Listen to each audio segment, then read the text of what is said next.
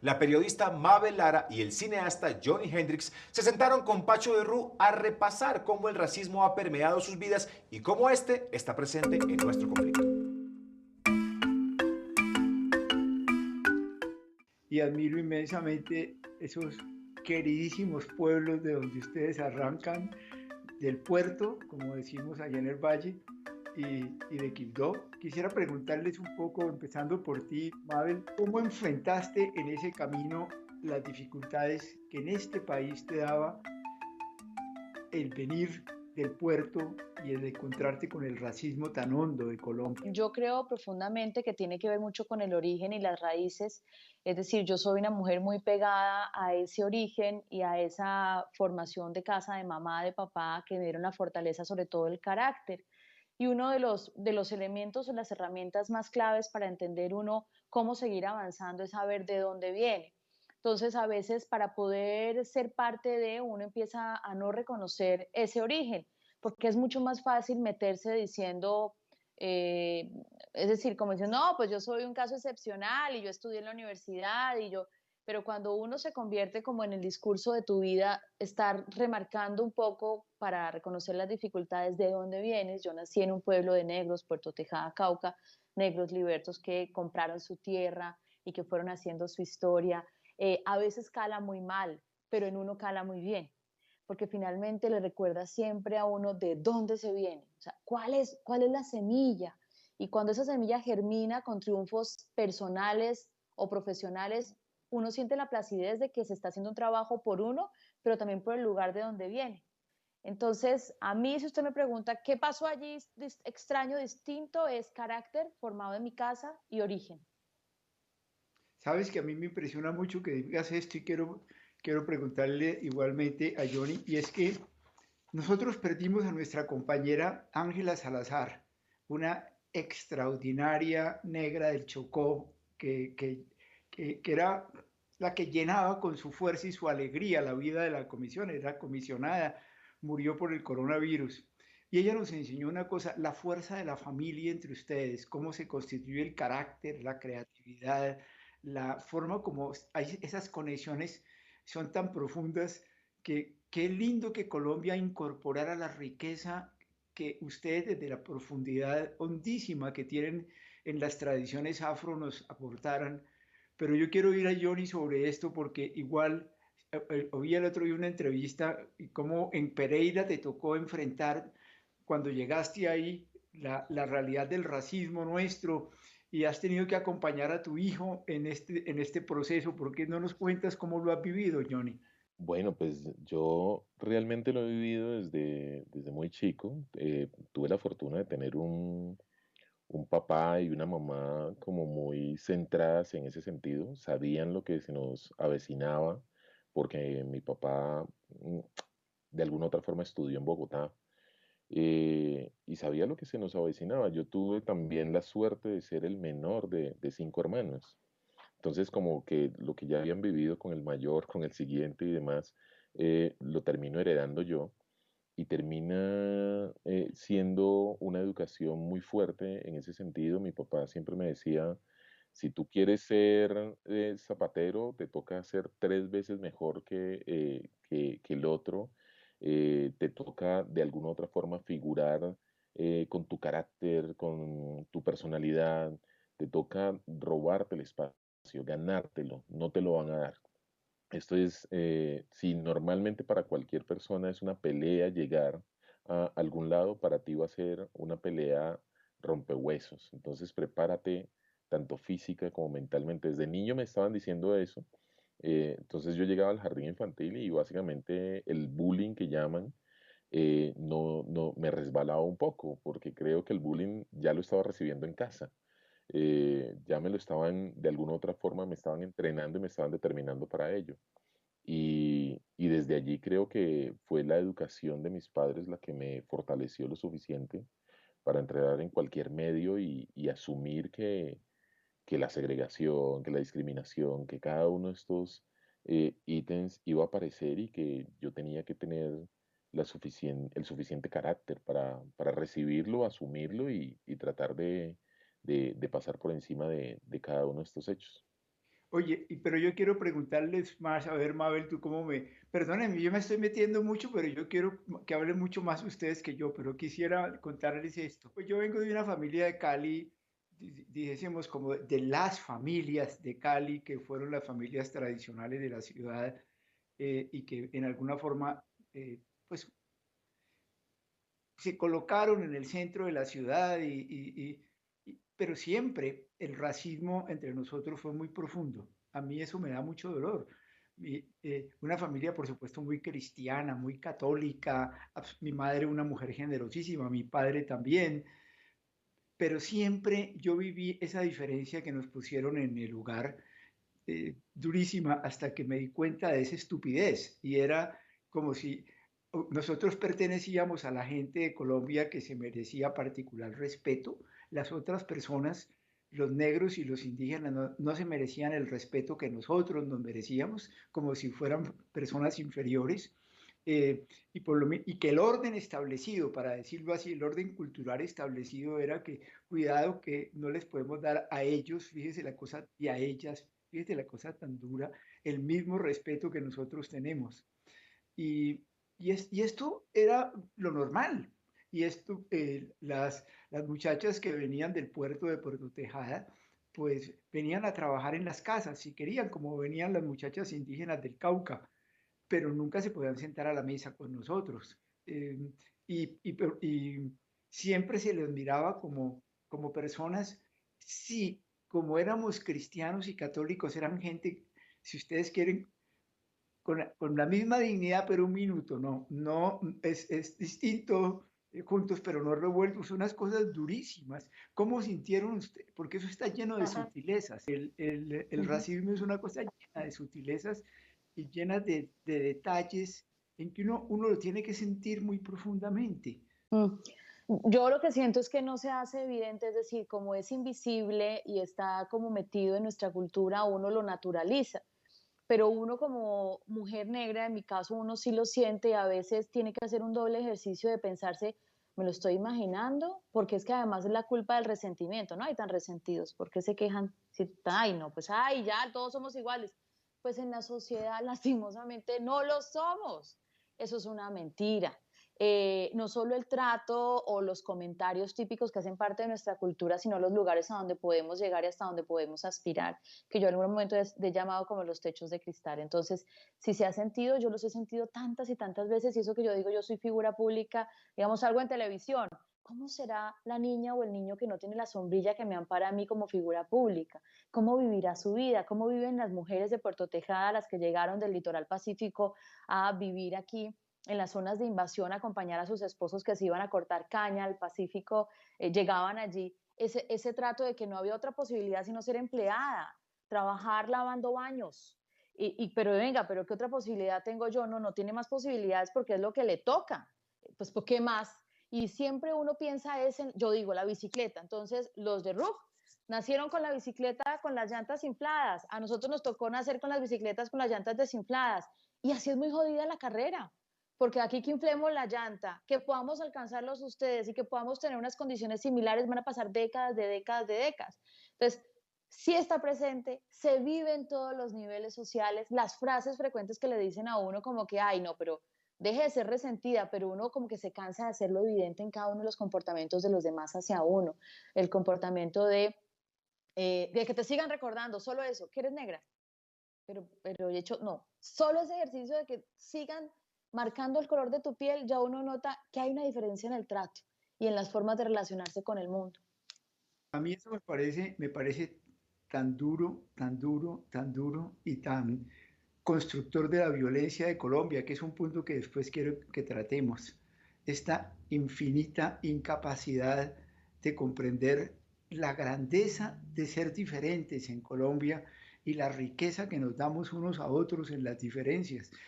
Claro, ustedes dos lo han puesto con una fuerza tremenda. Tú en el campo de presentadora, de comunicadora directa, y Henry con la fuerza tú, Henry, con la fuerza de tus películas. Chocó a mí me conmovió hasta las entrañas porque lo siento tan cercano a mí. Es que yo también, yo soy de Cali, mi vida ha estado muy cercana al Pacífico Y, y también lo que hiciste con Candelaria, que me tocó también tan profundamente, pero cuéntanos tú cómo lo has vivido, estas sutilezas honradamente del desprecio, de ser tenido en menos, tan estúpidas, pero reales en nuestra sociedad. Que la gente lo normaliza. Yo creo que la gente más, sí lo normaliza, pero más que hacerlo, normalizarlo, lo ha convertido casi en una tradición que va de generación en generación. Y al convertirlo en una tradición casi que lo respetan de una manera y lo asumen en cierta medida en donde anécdotas como mi hijo se peleó con otro chico en el colegio, eh, llaman a los padres, yo llego, obviamente, lastimosamente como es costumbre en mí, llego 1, 2 minutos tarde y cuando yo llego la reunión ya estaba iniciada, me presenta obviamente la rectora del colegio con el otro padre y el padre inmediatamente inicia la conversación diciendo, pero es que yo no entiendo cuál es el problema aquí. Hay una forma de solucionarlo muy fácil y es que ustedes no tienen por qué aceptar negros en este colegio. No. Y cuando dice eso, pues yo simplemente me levanto de la silla y me voy porque ahí ya no amerita ni siquiera una charla ni una discusión.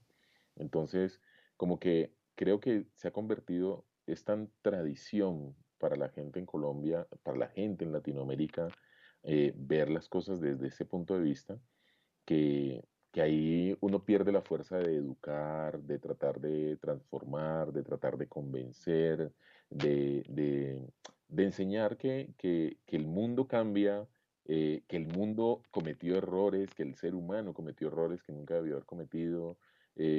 Uno pierde la fuerza de todo eso y se dedica literalmente a hacer el ejercicio con el entorno de uno, con uno mismo. Yo creo que día a día he recibido eso que llaman sutilezas, que realmente para uno ya no son sutilezas. Para uno ya es como evidente y es lo mínimo que uno espera. Cuando estás hablando ahora de la película Chocó, hay una frase que yo nunca voy a olvidar en toda mi historia, es que cuando me reuní con algunos inversionistas para hablar de Chocó, ya había hecho Perro come perro, ya había hecho Doctor Alemán, ya había hecho como productor otras películas y esta era mi primera película como director, productor y guionista. Y algunos de esos inversionistas me miran a los ojos y me dicen, Johnny, sos muy bueno en lo que haces, confiamos mucho en ti, pero es que en Colombia a nadie le interesa una película de negros. Eso no es sutileza, eso es muy fuerte y es muy directo. Y, y yo lo recibía, yo te lo digo, me miraba literalmente en la piel y estaba en esa reunión, estaba sentado en la misma mesa con ellos, hablando de tú a tú, y yo decía, ¿será que es que no se fijan? No, ¿será que no se escuchó bien? Y volvían y me lo repetían, porque el objetivo era que a mí me quedara claro. Eh, y obviamente allí recuerdo las frases de mi papá, es el carácter. Lo único que me quedó claro es que la película la tenía que hacer a como diera lugar y tenía que seguir yo con mi empeño de existir, de mostrar, de aparecer, de alguna otra forma estar en ese mundo cinematográfico y que vieran una mujer protagonista afro, desplazada, para mí era muy importante porque era colocar en el mapa cinematográfico que existimos. No existíamos hasta ese momento. Si nos colocaban en otras latitudes o en otras atmósferas. Yo necesitaba que se sintiera la atmósfera nuestra, la atmósfera de nuestros pueblos, en donde la tienda siempre pertenece a la persona mestiza y casi siempre le llamamos paisa. Yo necesitaba que se creara ese entorno y que se miraran no muchas de las dificultades que convivimos. Obviamente no estaba reflejando al hombre afro colombiano ni estaba representando a todas las mujeres afro, estaba representando a una familia en particular y estaba representando a un país en particular. Eh, pero, pero muchas de esas problemáticas se ven a diario en nuestro país y eso es lo que a mí me ha tocado vivir y por eso para mí era importante colocarlo en el mundo cinematográfico. Me impresionó mucho esa frase que es tan reveladora de tantas cosas cuando dices, y me dijeron, pero Johnny, ¿para qué va a hacer eso si en Colombia a nadie le interesa una película de negros? Y te podría decir muchas otras cosas. Tú lo sabes mejor que yo, en Colombia a nadie le interesa el Chocó, a no ser para arrasar sus selvas, destruir sus ríos, meter la minería por todas partes, desbaratar esas comunidades preciosas de las raíces afro cargadísimas de cultura, de inspiración, de música, de visibilidad de muchas cosas que nosotros no vemos. En el Valle del Cauca hace un tiempo a nadie le interesaba el puerto. Después se volvió importante porque era mano de obra para la caña de azúcar. Y estas cosas están muy intrincadas cuando nosotros estamos en la Comisión de la Verdad tratando de esclarecer por qué el conflicto armado en nosotros continúa. Esto se nos ha puesto como una de las cosas más centrales, uno de los que nosotros llamamos grandes dinámicas que están en el origen, la continuación de formas diferenciadas según territorios y tiempos y la continuación del conflicto. Para ponérselos en otra forma, y quiero sus comentarios, estamos nosotros en la comisión convencidos de que si el racismo no se acaba, Colombia continuará metida en conflictos dolorosísimos y en la victimización que hemos tenido. ¿Tú cómo lo sientes, Mabel?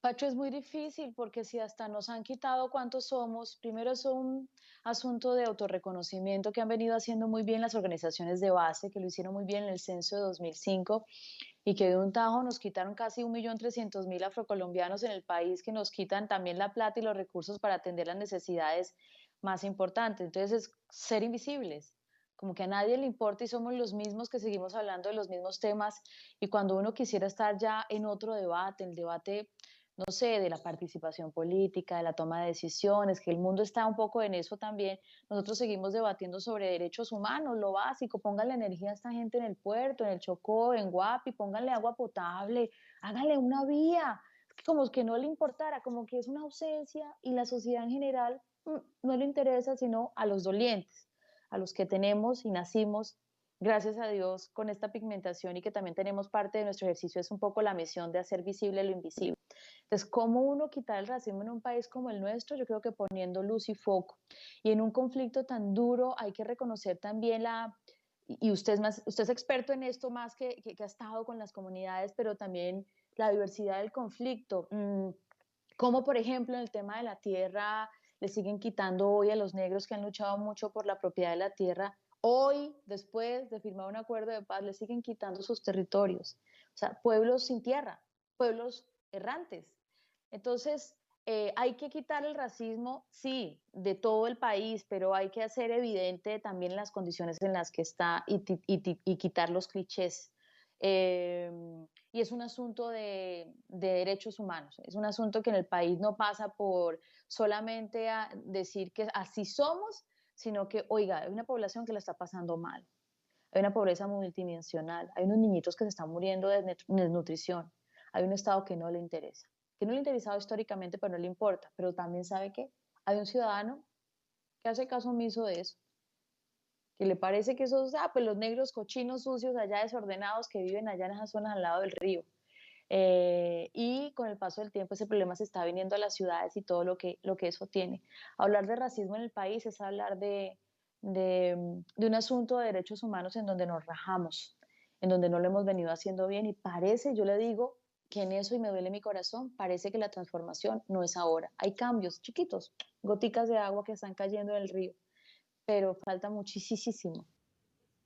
Sí, Mabel, cuando hablas de derechos humanos uno lo siente inmediatamente, pero yo no sé, yo lo que pienso muchas veces es, ¿sabes por qué? Hay esos vacíos inmensos de derechos humanos, de agua, de educación, de salud, de destrucción de las organizaciones de las comunidades.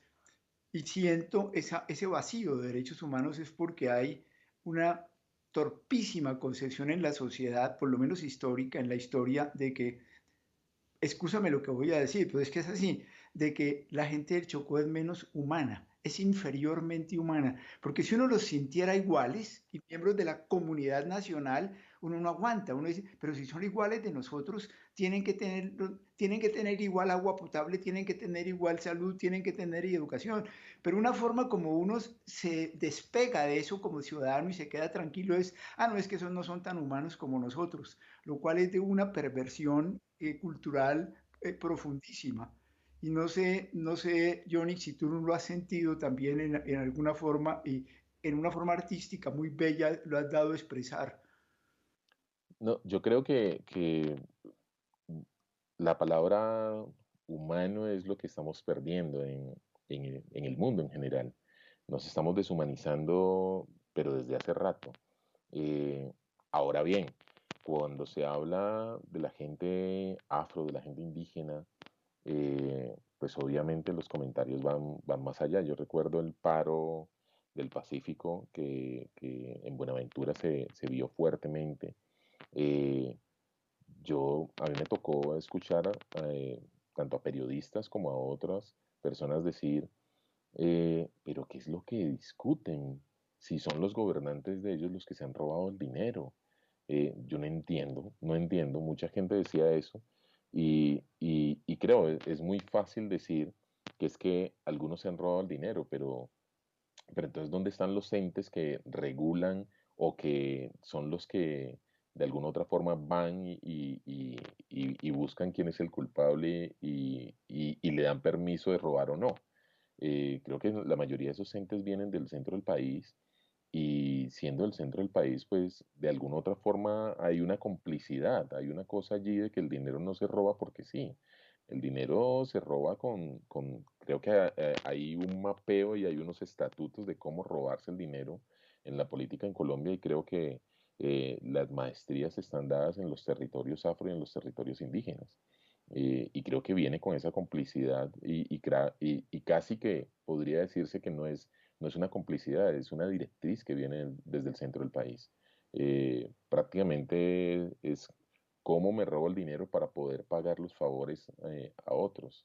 Eh, y desde allí ya nuestros pueblos están destinados a no solamente recibir menos recursos para poder salir adelante, como decía Mabel ahora la metáfora de la bicicleta, no solamente es que ya la bicicleta viene pinchada, sino que además nos están robando de alguna otra forma el manubrio, nos están robando la forma de pedalear, y desde allí ya está más complicado que nunca. Ya los que logramos de alguna otra forma hacer algo es porque no tenemos carácter de leones, sino que nos toca ser dragones y botar fuego. Y ahí ya es más difícil. Pero quiero traerlos a un punto que para nosotros en la Comisión de la Verdad es muy importante. Nosotros sentimos que la agresión durante el conflicto armado interno de Colombia sobre los pueblos afro y por supuesto sobre los pueblos indígenas ha sido demoledora. Que todos los actores armados, la guerrilla de las FARC, la guerrilla del ELN, los grupos paramilitares, el ejército, la policía, han vivido y puesto también, han vehiculado a través de sus violencias armadas esta especie de, yo no sé cómo llamarla, pero de que con el pueblo afro y con los pueblos indígenas puede hacer uno lo que le dé la gana y han entrado en formas durísimas. Por ejemplo, sabemos hoy en día que siendo la población de origen afro más o menos y mestiza, más o menos no sé, claro, si juntamos la mestiza es inmensa ya, pero supongamos que son el 15% 15 millones de colombianos. Sin embargo, cuando uno ve el desplazamiento, el 50% del desplazamiento en Colombia, la mitad del desplazamiento, es justamente de los pueblos afros que han sufrido tantísimo y de los pueblos étnicos. Y, y les han entrado a saco y han tratado de coger a sus muchachos, han golpeado durísimo a las mujeres. La mujer negra con su belleza, con su atractivo, pues se volvió para los grupos afro, para los grupos violentos, algo de manipular, de utilizar. Y todos estos desplazamientos dolorosísimos, pues lo que pasó en Bojayá, que ustedes lo han vivido muy profundamente, lo que pasó en Cubaradó, Jiguameandó, todo esto de la famosa Operación Génesis, que fue tan dura para finalmente quitarle a las comunidades, preciosas comunidades, sus territorios y sembrarlas de palma, de aceite. Lo que yo he vivido cuando me metí en el Pacífico Caucano, en López de Micay, y ver, hace poco lo hice, recorriendo por esos ríos, esos pueblos abandonados, porque la gente se fue por el dolor y por la violencia. ¿Cómo han sentido ustedes eso? Quiero decir, el conflicto armado interno que se ciñe, se precipita sobre las comunidades del Chocó, las comunidades del sur de Nariño, las comunidades de Apartadó y de Urabá, las comunidades de Montes de María en el Atlántico. Mi papá decía, siempre que tenía yo un problema, mi papá decía, "Mm, Johnny, la lógica es la madre de todas las ciencias. Si tocas el problema en el centro, ya estás solucionándolo todo. Eh, y ahí es donde yo me hago la pregunta, retomando la pregunta suya del conflicto armado, de todos los entes del conflicto. Cuando uno mira la resolución de todos esos conflictos, casi siempre el resultado es que la población se queda sin la tierra, que esa tierra es repartida en unos pocos y demás. La pregunta sería, ¿no será que todos esos entes del conflicto armado sirven exactamente al mismo lugar? Porque es que posiblemente antes habían ideologías y demás. Yo siento que ahora hay un sincretismo en esas ideologías, tanto de la guerrilla como de los paramilitares y demás, que yo creo que terminan sirviendo todos hacia el mismo puñado de personas y la población termina siendo la única damnificada de todo este asunto. Eh, yo no entiendo por qué no se dicen las cosas, no se llaman las cosas por su nombre. Yo no creo que la guerrilla en Colombia hoy, con todas las estupideces que hace, esté sirviendo a una población o a un bien común. Yo no creo que los paramilitares, con todo lo que hacen, estén sirviendo a un bien común. Yo creo que están sirviendo de alguna otra forma están utilizando la misma directriz para los mismos y sigue siendo la población afectada y seguimos viendo a la población como los que de alguna otra forma generan esa violencia cuando no tienen absolutamente nada que ver y lo único que ponen son los muertos y sus tierras, de las cuales casi siempre terminan siendo desalojados. Entonces, yo creo que no hay otra forma de verlo. Creo que la única forma de verlo es los violentos y los no violentos, que esos violentos tienen la, la estupidez de seguir llamando violentos a la población civil y de alguna otra forma viéndolos como que es el lugar, es el nido donde nace la violencia en Colombia. eh, y de alguna otra forma los medios terminan sirviendo como para que eso se geste, se genere y se siga comunicando de la misma manera. Yo creo que el cuarto poder es muy importante en ese sentido y la población, la gente, los humanos que yo llamo en Colombia, hemos perdido el apoyo de ese cuarto poder, hemos perdido el apoyo de la comunicación en Colombia y desde allí las problemáticas seguirán siendo lo mismo secular seculorum. No, yo solamente, Pacho, quería como aportar lo que dice Johnny sobre esas realidades, por ejemplo, la masacre de Bojayá, que fue tan dura. Yo recuerdo que fui a hacer un cubrimiento y bueno, yo tenía una necesidad personal de llegar hasta Bojayá. Y cuando llegué a Bojayá, como que estaba lo peor de todo fue como hicieron la ruptura de las familias, porque lo comentamos al inicio, nosotros en nuestros pueblos y en los pueblos de nuestros abuelos tenemos tías extendidas que no son familia, de sangre, pero es la tía porque vive al lado. Y las tías, si les toca y uno se porta mal, sacan la chancleta y le pegan a uno en la calle porque este es el hijo de doña Hilde de Javier y vea cómo se está portando de mal. Y no hay tía. O sea, porque es la realidad, la conformación de comunidad se da desde lazos de cercanía en el territorio. Entonces son las tías, los primos. Y para mí lo más duro era ver cómo una comunidad ha sido rota de repente en eso, en la familia en el territorio. Y después de que uno va y dice, bueno, vamos a ver el proyecto aquí de, de atención a las víctimas y uno ve como además hay una ruptura con el territorio cuando, por ejemplo, les ponen una carretera en medio de la selva, Pacho, y les ponen congeladores para hacer paletas donde no hay energía. Entonces uno dice, primero, aquí no se entendió nada. no se entendió quiénes eran, quiénes se fueron, cómo estaban constituida esta comunidad y cómo pueden ayudarla a volver a establecer. Pero además cuando uno, y ya Johnny lo está planteando, cuando uno habla ya de lo que nos compete a los dos, de que además cómo se da cuenta el resto de este otro país de lo que está pasando allá y es cómo pasa por el filtro de los medios de comunicación, pues allí se da un cúmulo de errores porque se vuelven a los mismos estereotipos, a los mismos clichés, a la misma revictimización de esas comunidades. Entonces yo creo que si bien nosotros hemos avanzado, la deuda pasa por, en esas masacres, primero entender a quiénes atacaron, cómo ayudar a construir de nuevo esas poblaciones o al menos darle espacio a las víctimas.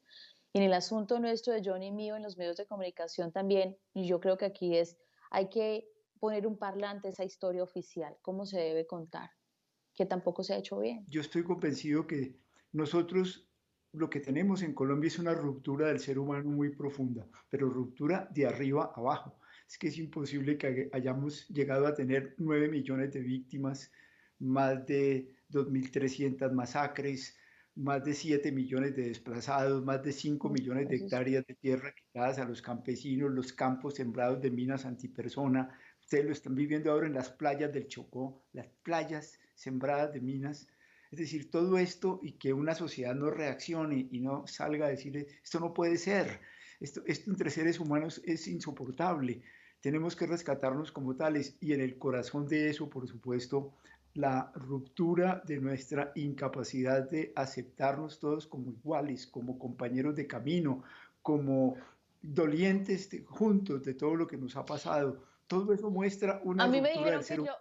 yo, sí, perdóname, me dijeron que yo lo podía interrumpir, Pacho, y con el Pero respeto que claro, además le tiene a usted, le tengo que decir. oh, Pero yo no sé si la construcción debe ser desde iguales, es decir, digamos, todos debemos tener las mismas condiciones, pero es que yo también creo que la construcción puede ser desde la diversidad, porque cuando nos dicen que son iguales y nos vemos distintos, incluso en la cosmogonía, uno dice, pues que este no es igual a mí, pues yo tengo que aceptarlo. Entonces, yo te no agradezco sé, muchísimo. allí...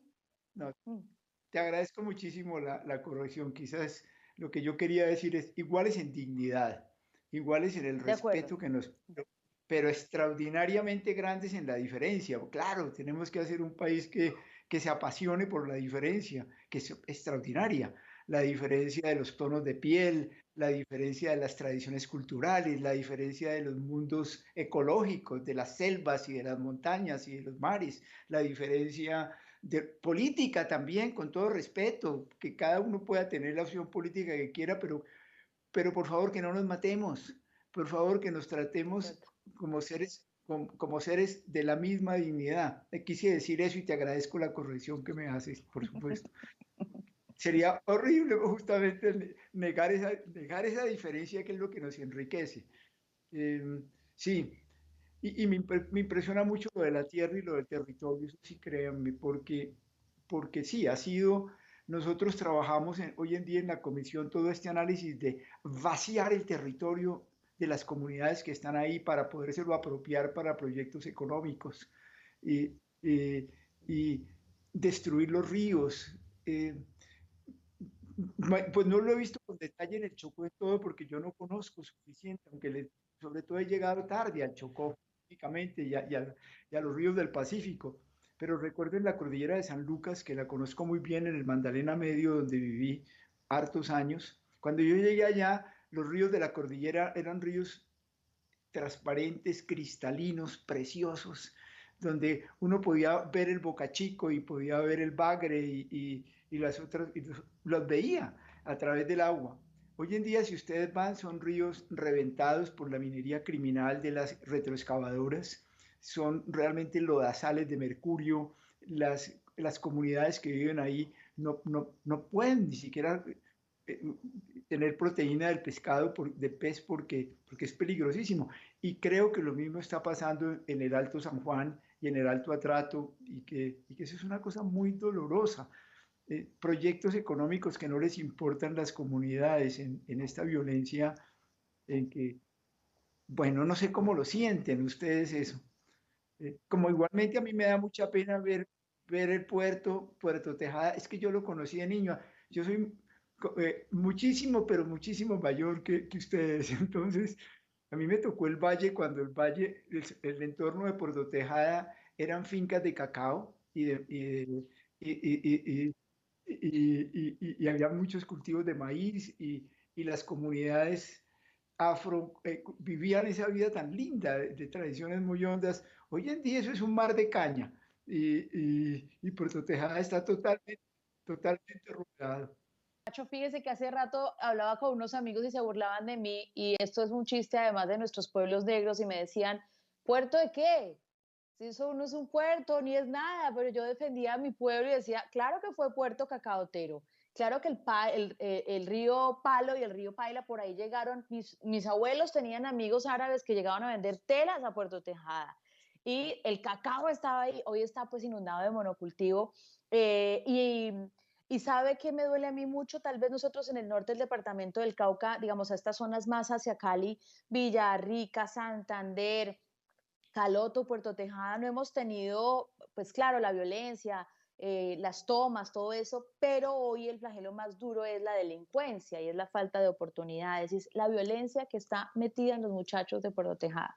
Entonces, yo no sé si esa es la parte del conflicto urbano, que uno no está ya tan de la mano, y claro que deben estar presentes de los grupos organizados, de los paramilitares, de las disidencias, sino que uno lo que siente allí es que la agresión y la violencia está en la falta de oportunidad. Entonces el tema de las pandillas en un pueblo como el mío, tan pequeño, está haciéndole mucho, mucho daño a los muchachos, porque ellos lo que hacen es, terminan un colegio, si es que lo terminan, y de una se van al microtráfico, y de una se van a ser los delincuentes del barrio, de familias tradicionales, los que todavía quedan allí.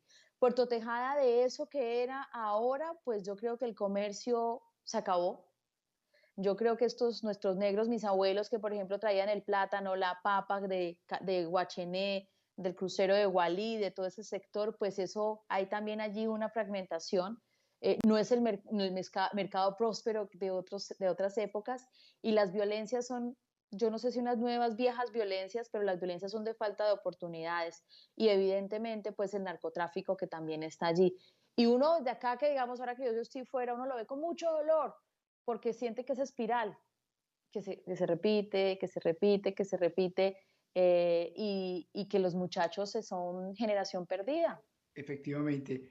Y esto que acabas de decir, por ejemplo, del narcotráfico que hoy en día ha penetrado el mercado colombiano, quiero decir, hoy en día sí este pobre país, monopolio mundial de la cocaína, destructor de la juventud en todo el mundo, ya ha comenzado muy fuertemente a destruir su propia juventud pero durísimo. Y el narcotráfico y el consumo de droga y de la cocaína en diversas formas, pues va por nuestros barrios.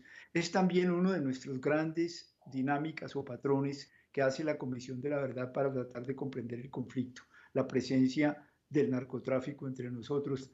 No sé tú cómo lo sientes, todo esto y la violencia urbana, Johnny, ¿cómo lo has sentido en Colombia? Hace poco estaba escuchando lo de el viaje a otro planeta y tratando de descubrir la vida en otros planetas y cómo de alguna otra forma alguien muy adinerado lograba patrocinar todo el movimiento para poder mirar cómo la gente de mucho dinero logra sobrevivir en la Tierra, conoce simplemente el espacio, digámoslo así. Y, y creo que en Colombia jugamos en una menor distancia a lo mismo. En vez de aprovechar nuestros territorios, cuidar nuestros territorios, como que jugamos a destruir todo esto y a tratar de catapultar ciertos recursos o generar una economía que siempre va hacia los mismos, que son esos mismos que construyen, estudian fuera del país y su economía está dada precisamente para llevarse los recursos al centro del país o fuera del país. Pero es la población, son los litorales, es como nuestros entornos en el Pacífico, en el Cauca, también en el Caribe, eh, o en la Amazonía, los que quedan no solamente destruidos nuestros recursos, sino que la población queda precisamente, desde mucho antes no tienen oportunidades, ahora quedan con menos oportunidades porque se quedan sin sus recursos naturales y los dineros que vienen de esa minería, los dineros que vienen de ese narcotráfico, los dineros que vienen de todas esas líneas económicas como que nunca se quedan en el territorio, nunca se aprovechan tampoco en el territorio. En algún momento cuando sale la minería, cuando sale la minería de carbón, cuando salen otro tipo de minerías, eh, la excusa era decir, o cuando sale precisamente el puerto de Buenaventura, la excusa era decir que esta riqueza de alguna otra forma se redistribuía, o por lo menos un porcentaje de esa riqueza se redistribuiría en esas regiones, y tampoco se da, no se da, no se redistribuye en esas regiones. Casi siempre se dice, y yo he estado en conversaciones en donde mucha gente adinerada termina diciendo, pero es que ¿por qué se le dan esos recursos? ¿Para qué se le van a dar esos recursos a la población si la población no sabe qué hacer con ellos? Hay que dársela a gente que sepa trabajar con esos recursos y sepa generar riqueza. Entonces la pregunta allí es riqueza a qué costo. Riqueza a qué costo de la humanidad, porque es esa gente la que está en estas poblaciones, la que está sufriendo la violencia por esa riqueza, la que está sufriendo de alguna u otra forma la destrucción por esa riqueza, y esa riqueza nunca vuelve a esos territorios ni para educar, ni para la salud, ni para nada. Entonces yo me vuelvo a la metáfora de Mabel. Ya no solamente es que las llantas están pinchadas, ya no es que te roben el manubrio, sino que adicional, la carretera se la llevan, la pista se la llevan. Claro, Entonces es como, Dios, tal, ¿qué es lo que me van a dejar? ¿Qué es lo que me van a permitir? tal cual, tienes toda la razón. Cuando uno está en esta tarea que nos toca a nosotros en la Comisión de la Verdad, son cuatro objetivos durísimos. Esclarecer lo que nos pasó en el conflicto, es decir, por qué nos vimos metidos en esta tragedia. Dignificar a las víctimas, a las poblaciones victimizadas y invitar a responsables a reconocer responsabilidades como lo estamos viviendo ahora. Construir la convivencia en los territorios y la reconciliación y presentar ideas para la no repetición, que esto no siga, esto no puede seguir así. Y ustedes son personas de extraordinario carácter, de extraordinario coraje, que se han levantado en medio de todas estas cosas para hacer sentir desde sus tradiciones lo que vale ser colombiano y ser colombiano cuando uno es afro. Eso es una cosa valiosísima. Ustedes hoy en día tienen una autoridad en Colombia inmensa, justamente por el camino que han recorrido, porque nos han mostrado a los colombianos, pero por favor, en ustedes encarnan todo lo que nosotros hemos perdido como Colombia. Entonces yo quiero pedirles cómo podemos unirnos, cómo pueden ustedes contribuir más. Mucho lo han hecho. Si ustedes nosotros les respetamos inmensamente. Tú, Mabel, estuviste el día que pusimos en marcha la Comisión para el Esclarecimiento de la Verdad. Eh, ¿Qué podemos hacer juntos? Tú, por ejemplo, Mabel, estás viviendo en Estados Unidos, esa fuerza en este momento de el mundo afro con toda su determinación de hacer valer las cosas definitivamente y hacerlas valer a nivel internacional. Tú lo estás haciendo con tus películas, Johnny, que ya son de carácter mundial. Bueno, ahí va mi pregunta. Sobre ese episodio de estar acá donde estoy, yo quiero contar algo muy personal y es que estoy aprendiendo y quiero entender. Y cuando uno entiende, yo creo que uno puede ayudar a ser parte de la solución. En Estados Unidos, y quiero referirme a esta realidad hoy, que además este movimiento de Black Lives Matter ha ayudado a que como que el mundo diga las vidas de los negros importan, como importan el resto de las vidas, es, Pacho, ¿sabe qué? Es el avance de una sociedad que ya no está pensando en derechos humanos como habíamos planteado, es decir, aquí ya tienen solucionado el agua, la energía, eso ya lo chequearon ellos, pero aquí lo que necesitan chequear ahora es poder tener justicia social. Y la justicia social pasa por hacer evidente también la violencia policíaca, la situación de la población afroamericana, por ejemplo, el coronavirus, la más impactada. A mí me sorprende mucho esto y es que ellos ya no están en el debate de que no me diga negro, no me diga afrocolombiano, no tengo techos de cristal, porque además aquí el poder económico le ha ayudado a la gente afro, a la gente negra a despuntar. Acá están en otras cuestiones. Entonces, comparado con el país nuestro, yo lo que creo es que nuestro aporte tiene que ser haciendo visible lo invisible. Yo creo que nuestro aporte tiene que ser contando esas realidades diciendo de dónde venimos, hablando de las barreras sin temores, porque uno para pertenecer a veces tiene que olvidar, como lo dije al inicio, de dónde proviene. Yo creo que ese es el ejercicio en mi caso, que mis logros personales los siento como logros colectivos, porque cuando uno tiene triunfos de la vida pública, son triunfos de muchos como yo que vienen detrás. ¿Cómo hacemos para entendernos? Tenemos que reconocer la diferencia. Nosotros somos distintos, evidentemente. Tenemos una mirada incluso de la vida tal vez distinta, pero usted dijo una cosa muy bella y es desde la dignidad somos iguales. Este país tiene que reconocer nuestro país, que venimos de lugares distintos, pero eso no tiene que generar burla, obstáculos, sino que por el contrario tiene que construir nación. Es una nación diversa y se tiene que respetar los orígenes del pueblo negro, del pueblo indígena, y se le tiene que dar condiciones al pueblo negro y al pueblo indígena para que salga adelante. Se tiene que romper ya esa historia de olvido. Y parte del ejercicio que creo que Johnny hace y yo hago es, nos ha tocado muy duro, pero aquí estamos contando la historia. Gracias, Mabel, y gracias porque lo vives y lo dices con esa fuerza y lo pones en práctica para todos nosotros. Gracias, porque sin eso no será posible terminar con el conflicto armado en Colombia, con la violencia que se nos metió, mientras no nos recojamos en igual dignidad en la diferencia riquísima de nuestras culturas y de nuestras etnias. ¿Y tú qué piensas, Johnny? Yo creo profundamente en lo que dice Mabel.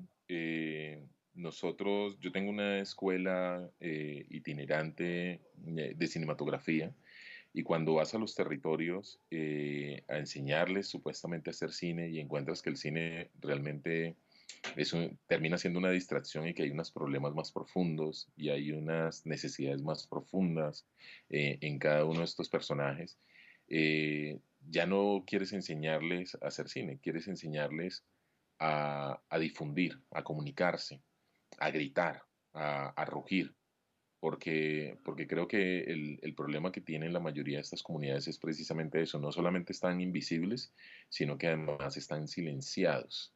Entonces como que a veces es importante enseñarles a rugir y decir, es que aquí estoy, es que existo.